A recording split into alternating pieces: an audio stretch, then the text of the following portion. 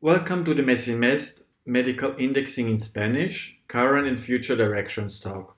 This talk will summarize the shared task called MESINESP, which is part of the BioAsk initiative, and which will try to promote the development of medical semantic indexing technologies beyond English. In this case, to index medical literature in Spanish with controlled vocabularies. So, why did we organize this shared task? Basically, it is important to notice that there is a rapid accumulation of health and medical related data, and most of this data is still currently only available in terms of being unstructured data. So it consists mainly in images and also in textual data, natural language data. In order to make this data better exploitable and searchable and to characterize it also a little better, people are trying to generate structured representation of this data collection. So, for instance, in case of electronic health records, people are doing clinical coding. So basically assigning concepts to electronic health records describing what kind of procedures or diagnosis is associated to this textual data. In the case of the medical literature, there is a considerable effort in assigning controlled vocabularies, structured hierarchical vocabularies to the literature to make it better searchable and to characterize better the literature content related to the medical field. Now, for content in English, there's a large community dealing with clinical and biomedical text mining. And this community actually is processing a variety of documents, not only electronic health records or the scientific literature, but people are also trying to do text and data mining of social media related to health, of clinical trial data, and so on. This resulted in a considerable number of resources, including processing components, software, and processing platforms. And there are also large collections of terminologies and lexical resources to process content in English. Now, what are the main driving forces behind clinical and biomedical NLP in English? So one can say that part of these driving forces has to do with the availability of data and manually annotated corpora and gold standard data collections. There have been also shared tasks generating data collections, promoting in turn the development of resources. There are many processing components and software repositories related to health-related content. And there have been several evaluation campaigns and shared tasks devoted to the processing of content in English. Now, not all the content which is important is actually written in English. So, for instance, all the electronic health records existing worldwide, they are written in different languages, and many of them are actually written in Spanish as well. There is an estimate that around 572 million people do speak Spanish worldwide. Out of these, around 477 actually native speakers. Due to this fact that there are many people speaking Spanish, it's obvious that there's also a large healthcare professional community which is communicating in Spanish. Not only communicating between each other or with patients, but also communicating in terms of producing scientific and medical literature. Therefore, there is a large collection or corpus of medical publications published in Spanish. There are several databases containing content in Spanish. PubMed covers also content in Spanish and abstracts and summary of this content in English as well. There are databases such as IBEX, Cielo, Lilacs, MEDES. They're all containing medical publications in Spanish. Moreover, there's also other kind of health-related content in Spanish, which is important to process by text and data mining technologies. In order to make this content better accessible, there have been efforts to generate structured medical vocabularies which are being used to index this kind of content. To promote the development of resources for processing textual data in Spanish, there's a strategic national plan called Plan de Impulso de Tecnologías de Lenguaje, which is trying to promote the generation of linguistic infrastructures to process content in Spanish. It has also a flagship project related to health-related content.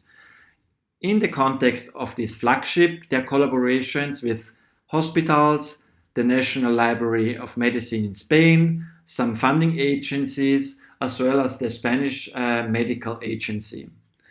In the context of this strategic plan, there are several corpora and data collections being produced, terminological resources are being generated, some processing components and softwares being generated, and also as part of this national plan, we are organizing evaluation campaigns in order to foster and promote the development of text mining resources for Spanish. All the resources which are being generated in the content in the domain of health are being published in open data repositories such as Zenodo and GitHub. So they're all available and you can have a look at them. Now, all of you know that shared tasks in the biomedical domain are key to promote the development of new resources, to determine which kind of methods are working well, and also to generate or gather sort of community working on this particular topic. Now, for English, there have been shared tasks and this kind of competition going on for a long time. Now there are also several shared tasks and competitions dealing with data in Spanish. So you can see here a couple of tasks which are being held or which were held to process content in Spanish, such as BAR for abbreviation resolution, PharmaConair for entity recognition of pharmaceutical substances, and so on. So we are organizing several shared tasks in the past. For instance, for automatic anonymization of clinical cases in Spanish, the Medocan track. We were organizing a track for recognizing medications and pharmaceutical substances in Spanish, and for recognizing and resolving abbreviations in medical texts. Among the ongoing shared tasks we are organizing, there are three. One is the MESINESP, which I will summarize in my talk. There's another task called Content Miss, which is a named entity recognition task related to tumor morphology mentions, or the CODIESP track, which is part of the eHealth clef, which has to do with automatic clinical coding. So this automatic clinical coding is actually very similar to this MESINESP shared task on automatic indexing. Both of them require, given a textual data collection as an input, to generate or to assign basically the concepts, the structured vocabularies related to this content. In the case of the MESINESP, we're using the text descriptors, which is a hierarchical vocabulary. In the case of CODIESP, we're actually using clinical codes in the form of ICD-10 codes. Now, here you can see an overview of the time schedule. So we already released the training data, some additional resources, and as well the development set for this track. The test set will be released very soon, and you can see here a sort of overview on the different milestones of this track. So how does the track work? So here you can see a sort of overview of the setting of the track. So basically we generated a corpus of manually indexed records, abstracts from LILACS and IBEX, which are the two data providers. Both of them are involved in the organization of this track, and they're very interested in the results. To this content, the full text articles, during the track data generation, there are text codes, concepts assigned, and we're actually exploiting and we're collaborating with the BioAsk platform to actually generate the results and the assessment benchmarking. So here you can see an example data. There's an abstract, a record. It's manually indexed with these control vocabularies. Each of these terms or structured hierarchical control vocabulary has a unique identifier and a name and aliases and synonyms. So for the data generation, we actually relied on the historical data set of previously indexed records, and we also generated specifically for this shared task additional manually annotated data. So the annotation or indexing is done using a hierarchical vocabulary called DeCS. So these DeCS headings are being used for indexing medical literature in Spanish. DeCS is a trilingual structured vocabulary. It was generated by Bireme, and it was inspired originally by the MESH terminologies. So it covers 3 languages, namely Spanish, Portuguese, and English. And you have to take into account also that in case of Spanish, there are 2 variants. There's a DeCS version for Latin America, and there's a DeCS version for European Spanish. In case of the MESINESP datasets, we relied on a particular version of DeCS from 2019. So here you can see an example. Each of the DeCS descriptors has a unique identifier. Here you can see a digit, and also some terms and synonyms which are important for human interpretation of these concepts. So in this case, you can see the term thrombolysis mechanica. We also generated a converted version of DeCS into OBO, the OBO format, to make it browsable and searchable. So how does a record look, manually indexed record? Here you can see a particular record from a journal and with a title. This record belongs to the LILACS database. It has a unique identifier, and you can see that it has a list of manually assigned DeCS headers to this particular record, together with the abstract and the year of publication. So this is basically the kind of data we are providing for the competition. As training data for the MESINESP shared task, we used a historical collection of manually indexed articles from the databases IBEX and LILACS, and we actually had 2 subsets. One is a pre-processed subset which contained around 318,000 records which had at least 1 DeCS code, and we excluded the qualifiers. So for this shared task, we didn't ask for any qualifiers. And in addition to this, we also released the original data set of 369,000 records, which included also the qualifiers and those records which did not have any index. So you can have a look at details of the training data in the URL provided below. Now, you have to take into account that this training data, the historical data, relies on manual indexing of full text articles. So in the same as PubMed indexers take a look at the full text article to assign the mesh terms. In case of the DeCS headers, the human indexes read the entire paper. For the shared task, we cannot release full text data due to copyright issues. So in order to make a more fair evaluation of the systems, we generated a development set and a test set which were indexed, taking into account only the title and abstracts. So the evaluation setting in this scenario is a little more controlled, more robust, and more fair. Now, what are the evaluation metrics we are using for this shared task? So the participating systems, they will be evaluated using a flat measure. Basically, we use micro F measure as the official evaluation metric of this task. For reason of completeness, we are also doing evaluation and examination of the results using additional evaluation measures, which you can see here listed in this slide. So in this case, we can also see the robustness of methods using additional complementary evaluation scores. For this task to make the results actually practically usable, we asked participants to generate for each of the documents a ranked list of text codes.